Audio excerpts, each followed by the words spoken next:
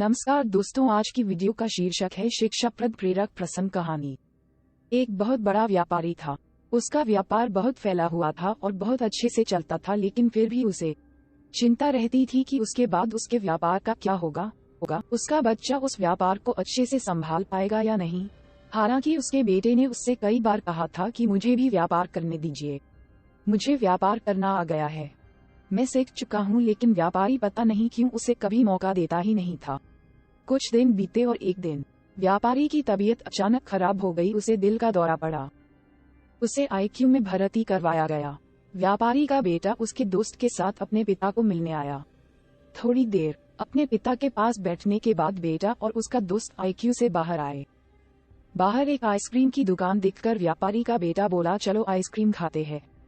उसके दोस्त को ये जानकर बड़ा आश्चर्य हुआ कि बाप आईसीयू में है, बिजनेस का क्या होगा पता नहीं। और उसका दोस्त ऐसी सिचुएशन में भी इतना बेफिक्र कैसे रह सकता है। वो दोनों दुकान गए और आइसक्रीम लेकर खाने लगे। दोस्त से रहा नहीं गया तो उसने अपने दोस्त से उसके मन में क्या चल रहा था सब कुछ बताया। व्यापारी का बेटा बड़ी शांति से बोला कि दोस्त, मैं परिस्थितियों को स्वीकार करना सीख गया हूँ। मैं श्री कृष्ण का बड़ा भक्त हूँ, इसलिए उनके बताए रास्ते पर चलता हूँ।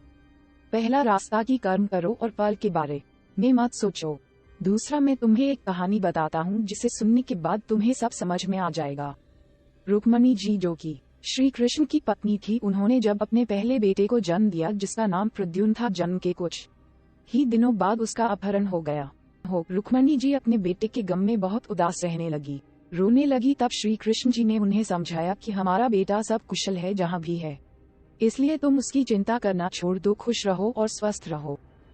यह उनसे खुद भगवान श्री कृष्ण ने कहा था। फिर भी रुक्मणी जी ने अपने बेटे की चिंता नहीं छोड़ी, पर आखिरकार 18 साल बाद प्रद्युम्न घर वापस लौटा। वह विवाह करके लौटा था और समस्या ये थी, उसने अपने से 20 साल बड़ी महिला से शादी की थी। रुक्मणी जी को इस बात की खुशी थी कि उसका पुत्र वापस आ गया, लेकिन इस बात से वो फिर से दुखी हो गई कि उसके पुत्र ने अपने से बड़ी उम्र की औरत से शादी क्यों की। उनको दुखी देखकर श्री कृष्ण ने उन्हें समझाया, जो हुआ अच्छा हुआ, उसके बारे में मत सोचो, उसे स्वीकार करो और खुश रहो। बावजूद इसके कि भगवान ने फिर से उन्हें समझाया, रुक्मणी जी को इस बात को स्वीकार करने में 8 वर्ष लग गए। इस तरह से रुक्मणी जी ने अपने जीवन के 26 साल दुख में बिता दिए, सिर्फ इसलिए क्योंकि वह परिस्थितियों को स्वीकार नहीं कर पाए। ये कहानी खत्म करने के बाद व्यापारी के बेटे ने अपने दोस्त से कहा कि मैंने परिस्थितियों को स्वीकार करना सीख लिया है, मैं अपने लक्ष्य पर ध्यान दूंगा, बिजनेस भी अच्छे से करूंगा और आगे जो होगा उसे स्वीकार करूंगा।